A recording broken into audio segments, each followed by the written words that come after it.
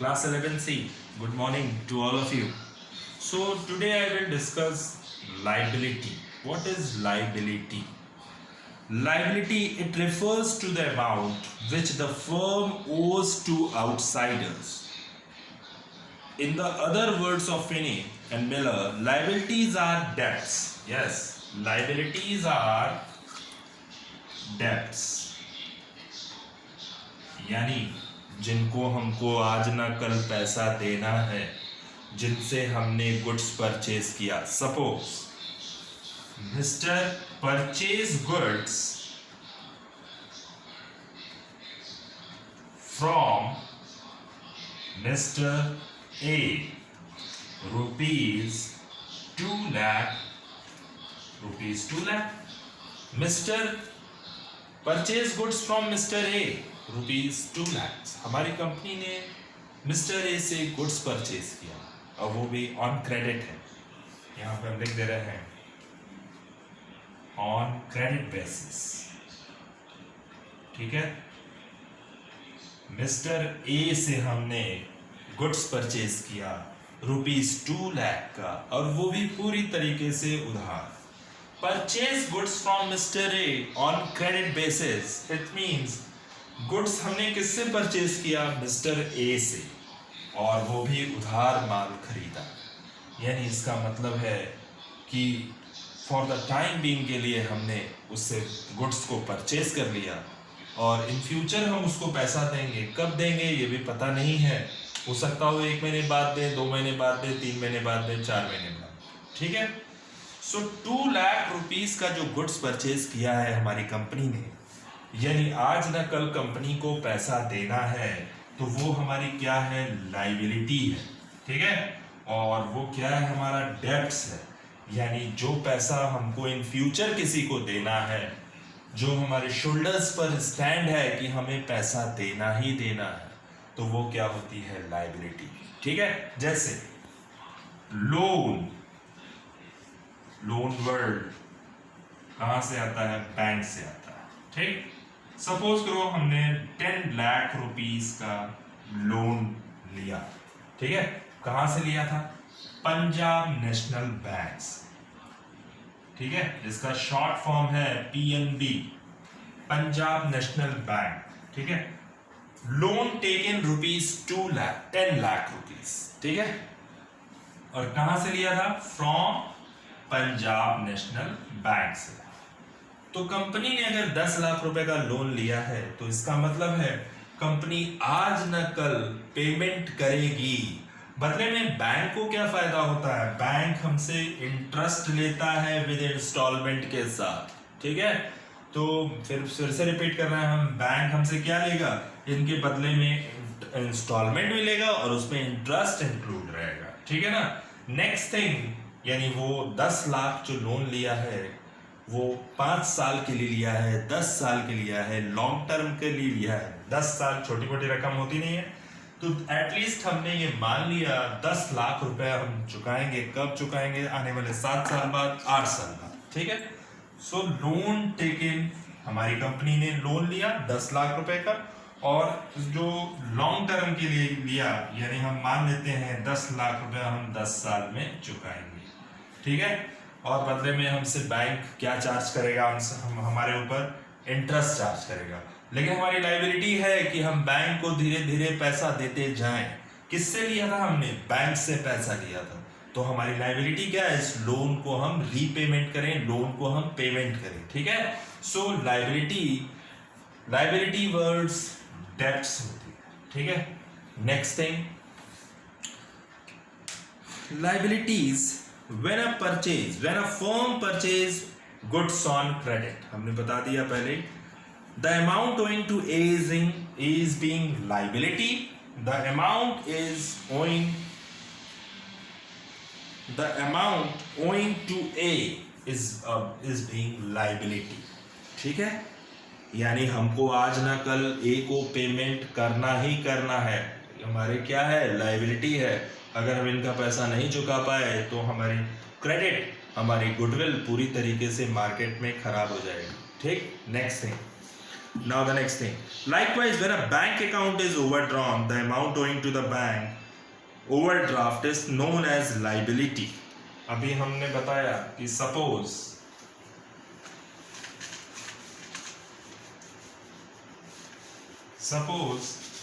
हमने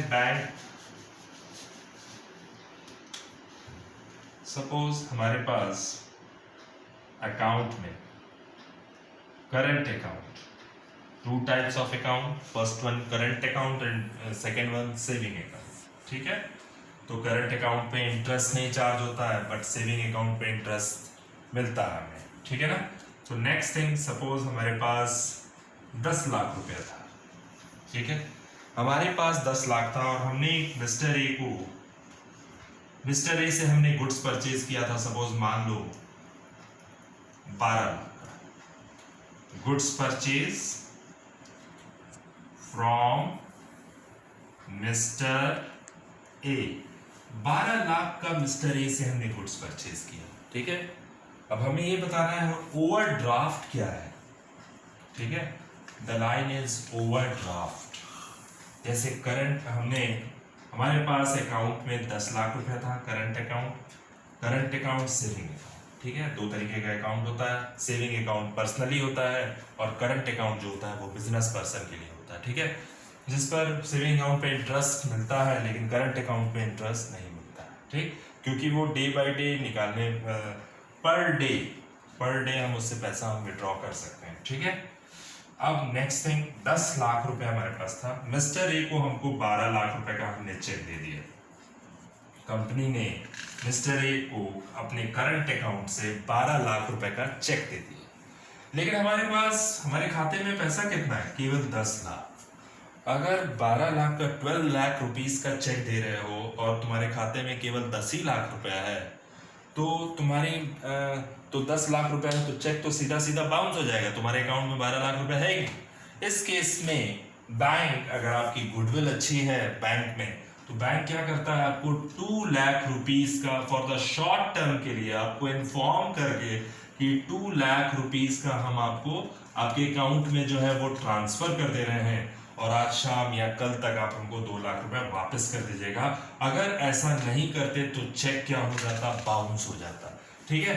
और फिर से हम एक बार रिपीट करते हैं, गुड्स परचेज फ्रॉम ए, 12 लाख रुपए का हमने परचेज किया था गुड्स, किससे परचेज किया था, ए से, और ए को हमने करंट अकाउंट का एक चेक काट के दिया, चेक दिया 12 लाख रुपए का, जबकि हमारे खाते में पैसा कितना है, 10 लाख रुपए। तो बैंक हमारी गुडविल को देखते हुए हमें इन्फॉर्म करती है कि आपके अकाउंट में 10 लाख रुपए और चेक आपने काटा है 12 लाख रुपए से, तो चेक बाउंस हो जाएगा। बदले में बैंक आपको 2 लाख रुपीज 1 से 2 दिन 3 दिन के लिए आपको दे देती है कि आप इन फ्यूचर हमारे अकाउंट में तुरंत डाल देंगे, ठीक। सो 2 लाख रुपीज आपको बैंक आपके खाते में प्रोवाइड कर देता है, क्रेडिट कर देता है। तो वो पैसा, ये 10 से हमारे खाते में 12 लाख रुपए हो जाएगा, तो 12 लाख रुपए का चेक पास हो जाएगा, ठीक है। ये 2 लाख रुपए हमारी लाइबिलिटी बन गई कि हमको ये बैंक को पैसा देना ही देना है, क्योंकि फॉर द टाइम बीइंग के लिए बैंक ने हमारी गुडविल को बचाते हुए हमें क्या दिया, 2 लाख रुपए का कैश हमारे अकाउंट में। तब ये चेक जाके पास हो जाएगा। और ये 2 लाख रुपए क्या है, ओवरड्राफ्ट है, ठीक है। Now the next thing in this question, likewise the bills payable, creditor, unpaid wages, all examples are liabilities, ठीक है। wages,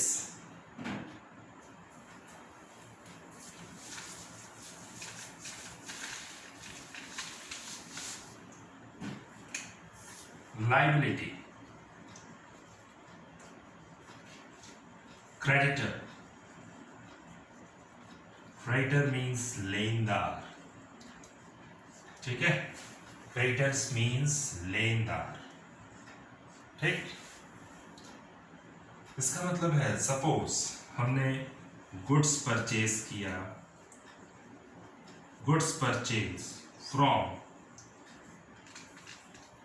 सी, ₹20,000, 2 लाख, ठीक है। 2 लाख रुपए का हमने गुड्स किससे परचेज किया, मिस्टर सी से। सो मिस्टर सी को आज ना कल हमको पैसा देना है, तो सी हमारे लिए क्या है, लेंगे हमसे। किससे पैसा लेंगे, कंपनी से पैसा लेंगे। क्यों लेंगे, क्योंकि कंपनी से उसने गुड्स कंपनी ने उनसे गुड्स परचेज किया है, तो कंपनी की लायबिलिटी बनती है कि सी को पैसा दें। तो सी क्या है हमारे लिए? सी है, सी इज अ क्रेडिटर, ठीक है, यानी वो आज ना कल हमसे पैसा लेगा, तो हमारी बुक्स में स्टैंड हो जाएगा और it's called liability. Now next, bills payable, unpaid wages, ठीक है, and bills payable it just like a creditor, इसका डिस्कशन बाद में हम करेंगे, लेकिन bills payable it just like a creditor and bills receivable it just like a debtors, debtors means देनदार, ठीक है, bills receivable it just like a debtors and bills payable it just like a creditors. Now next, internal liabilities may divided into two parts. The first one internal liability and second one external liability. What is internal liability? All amounts which a business entity has to pay to the proprietor or owners are internal liability, such as capital and accumulated profits. अब हम इसमें capital की बात कर रहे हैं, तो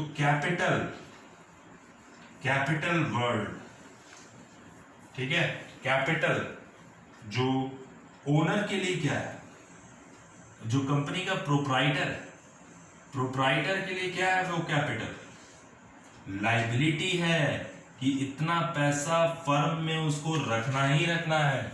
अगर हमने अपने बिजनेस को स्टार्ट किया है ₹50 लाख से, तो हमारी लायबिलिटी बनती है, कि हम फर्म से एक भी पैसा नहीं निकालेंगे।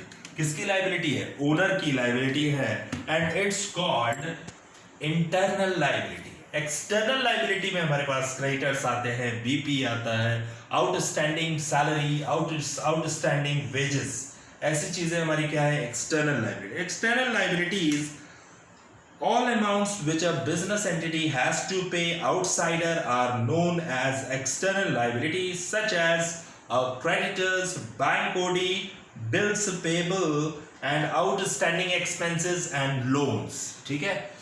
प्रॉफिट और कैपिटल को छोड़ करके, प्रॉफिट इज अ इंटरनल और external, profit and capital is a internal liability, but creditors, BP, bills payable, loan, ये सब क्या है? External liability. बैंक ओवरड्राफ्ट क्या है? External liability. क्रेडिटर्स क्या है? एक्सटर्नल लायबिलिटी, ठीक है। और आउटस्टैंडिंग चीज है, आउटस्टैंडिंग वर्ड क्या है? Now we have to discuss regarding outstanding word. Outstanding, ठीक है, आउटस्टैंडिंग सैलरी क्या है, और आउटस्टैंडिंग शॉर्ट फॉर्म हम लिख रहे हैं, आउटस्टैंडिंग वेजेस, ठीक है। आउटस्टैंडिंग सैलरी का मतलब है, सपोज हमारे कंपनी में, हमारी कंपनी का नाम है ABC, ABC कंपनी, बहुत सारे वर्कर यानी 50 वर्कर्स हमारे काम करते हैं, ठीक है। ईयर स्टार्ट होता है 1 अप्रैल, financial year. I have already discuss regarding financial year, April to 31st March, 31st March closing, 1st April opening, ठीक है। तो हमारा जो ईयर अकाउंटिंग ईयर स्टार्ट होता है, जिस साल हम काम करते हैं, जिस साल हम एंट्री को पोस्ट करते हैं, वो साल होता है 1 अप्रैल टू 31 मार्च। 1 जनवरी नहीं होता, इसको हम बोलते हैं फाइनेंशियल ईयर। बट अगर ईयर स्टार्ट होता है 1 जनवरी से, तो उसको हम बोलते हैं कैलेंडर ईयर। सो ये हमारे अकाउंट्स में ये बहुत इंपॉर्टेंट चीज है। 1 अप्रैल टू 31 मार्च हमारा क्या है? फाइनेंशियल ईयर, जिस साल हम अकाउंटिंग करते हैं और जिस साल हम बैलेंस शीट खींचते हैं, जिस साल हम प्रॉफिट लॉस स्टेटमेंट बनाते हैं, ठीक। So outstanding salary and outstanding wages, ठीक है। आउटस्टैंडिंग सैलरी का मतलब ये है कि सपोज हमारे पास ABC कंपनी है जिसमें 50 वर्कर्स काम करते हैं, ठीक है। हमने इनको अप्रैल से लेकर के फैब तक की सैलरी दे दी है, लेकिन मार्च की सैलरी नहीं दिया, तो कंपनी की लायबिलिटी बनती है कि वो पैसा दे, तो वो कंपनी के लिए क्या हो जाएगा? आउटस्टैंडिंग सैलरी, ठीक है। उसी तरह सेम आउटस्टैंडिंग वेजेस, यानी अप्रैल से लेके हमने उससे पूरा मार्च तक का काम लिया, लेकिन सैलरी कहाँ तक की पेड की है? सैलरी पेड की है हमने फैब तक की, लेकिन मार्च की सैलरी, अप्रैल आ गया, हमने मार्च की सैलरी प्रोवाइड नहीं की, तो उस केस में वो क्या हो जाएगा, यानी एक महीने की लाइबिलिटी फर्म के ऊपर बन जाएगी कि उस 50 वर्कर्स को सैलरी प्रोवाइड करे। So it's called outstanding salary. Outstanding का मतलब है कंपनी के ऊपर लाइबिलिटी क्रिएट हो गई कि उनको पैसा देना ही देना है, ठीक है। Now the next point I will discuss,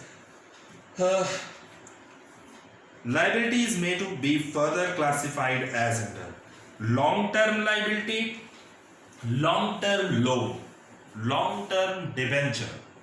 long term loan मतलब एक साल से जितने के ऊपर भी लोन होंगे वो सारे क्या होंगे, लॉन्ग टर्म। डिबेंचर क्या है? Debenture and share, share market का नाम सुना ही होगा। शेयर में अगर हम लोग पैसा लगाते हैं तो हो सकता हो कभी रिड्यूस भी हो जाए, हो सकता हो बढ़ भी जाए, कंपनी के ऊपर रहता है, ठीक। वैसे ही डिबेंचर्स रहता है, डिबेंचर पर हमको इंटरेस्ट मिलता है और शेयर पर हमको डिविडेंड प्रोवाइड किया जाता है, ठीक है। So now long term liability में आपका आ जाएगा long term loans and debentures. Current liability में क्या आता है? करंट लाइबिलिटी में ये क्रेडिटर्स आ गया, बिल्स पेबल आ गया और आउटस्टैंडिंग एक्सपेंसेस आ गए। शॉर्ट टर्म लोन, एक साल से कम, एक साल तक का लोन जो होता है वो शॉर्ट टर्म होता है, ठीक है। So long term loan and debentures are treated as long term. Long term loan अगर एक साल से ऊपर का है तो लॉन्ग टर्म, और डिबेंचर ऑलरेडी लॉन्ग टर्म होता है। डिबेंचर भी क्या होती है, लाइबिलिटी होती है, ठीक है। डिबेंचर पर हमको इंटरेस्ट मिलता है बट हमको शेयर पर डिविडेंड प्रोवाइड करती है कंपनी, ठीक है। Now the current liabilities refer to those liabilities which are to be paid in near future, ठीक है। For example bank overdraft, I have already discussed regarding bank overdraft. Bills payable, payable word ही liability है और receivable word assets है, ठीक है। Now next thing, creditors current liability, outstanding expenses, outstanding salary, outstanding wages, ये सारे क्या हैं, करंट लाइबिलिटी, ठीक है।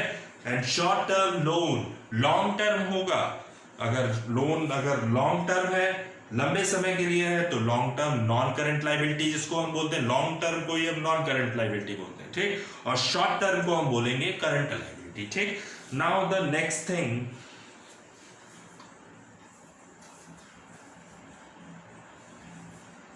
now the next thing I will discuss contingent liability. Those are not the actual liability on the date of balance sheet but may become payable only on the happening of some specific event. Example are bill discounted but not matured. The firm will become liable to pay the amount of such bill pay only if an acceptor dishonors the bills accepted by him on the due date, ठीक है। So ये next chapter में हम discuss करेंगे। So now we have to discuss regarding treatment of final account, ठीक है। So trade receivable, वो हम treat करते हैं, trade receivable में क्या क्या आएगा। जैसे trade receivable में हमारे पास आता है bills receivable,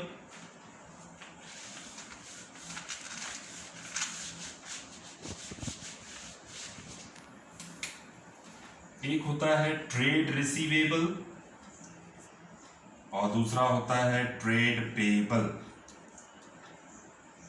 payable word liability को शो करता है, हमने बताया, ठीक है, लाइबिलिटी। एंड रिसीवेबल वर्ड जो होता है वो एसेट्स को शो करता है। ये होती है करंट लाइबिलिटी, ये होता है करंट एसेट्स, ठीक है।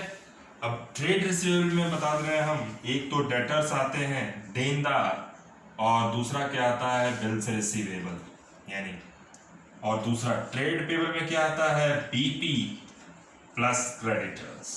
दे just BP just like creditors, BR just like debtors, ठीक है। Now the next thing, bills receivable. A bill of exchange becomes bills receivable for the person who draws its drawer and gets it to back. अब bills receivable पर हम discussion करते हैं, bills payable और bills receivable।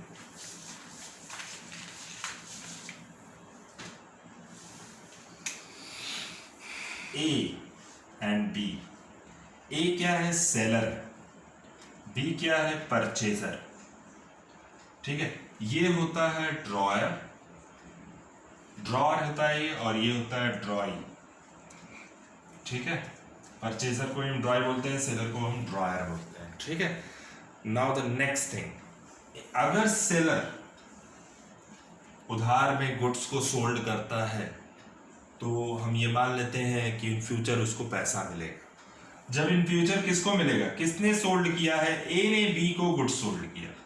ठीक है, ए ने sold किया तो पैसा किसको मिलेगा? किसको मिलेगा? Money receive.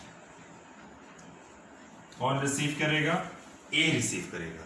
लेकिन ए ये जो गुड्स बेच रहा है मिस्टर बी को, वो 3 महीने के बिल पे बेच रहा है। यानी एक रिटन एग्रीमेंट होता है कि हम आपको 3 महीने बाद पैसा दे देंगे।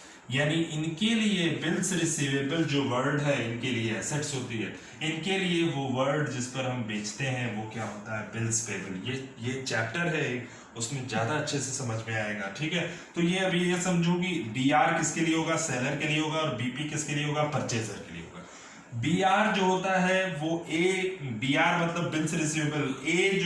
ए बिल को लिखने का काम करता है। ए लिखता है बी के ऊपर। ठीक है, बी सिग्नेचर करके वापस करता है किसको? ए को। यानी पेपर होता है, एक रिटन पेपर होता है जिस पर हम ये लिखते हैं कि हमने बी को इतने का गुड सोल्ड किया और बी इतने डेट में पैसा देंगे, और एक स्टैंप लगा होता है और बी उस पर सिग्नेचर करके सीधा ए को वापस कर देता है। इन फ्यूचर अगर बी पैसा नहीं दे पाया तो ए क्या करता है? ए बी पर कोर्ट केस करता है। जो भी एक्सपेंस आएगा वो बी ए को बिल का पैसा तो देगा ही, प्लस कोर्ट केस का भी पैसा देगा। सो हम ये मान लेते हैं ए के लिए बी आर एसेट्स है और बी के लिए क्या है? बिल्स पेबल वर्ड, ये लायबिलिटी है। ठीक है, so tomorrow I will discuss next topic regarding assets. So thank you class.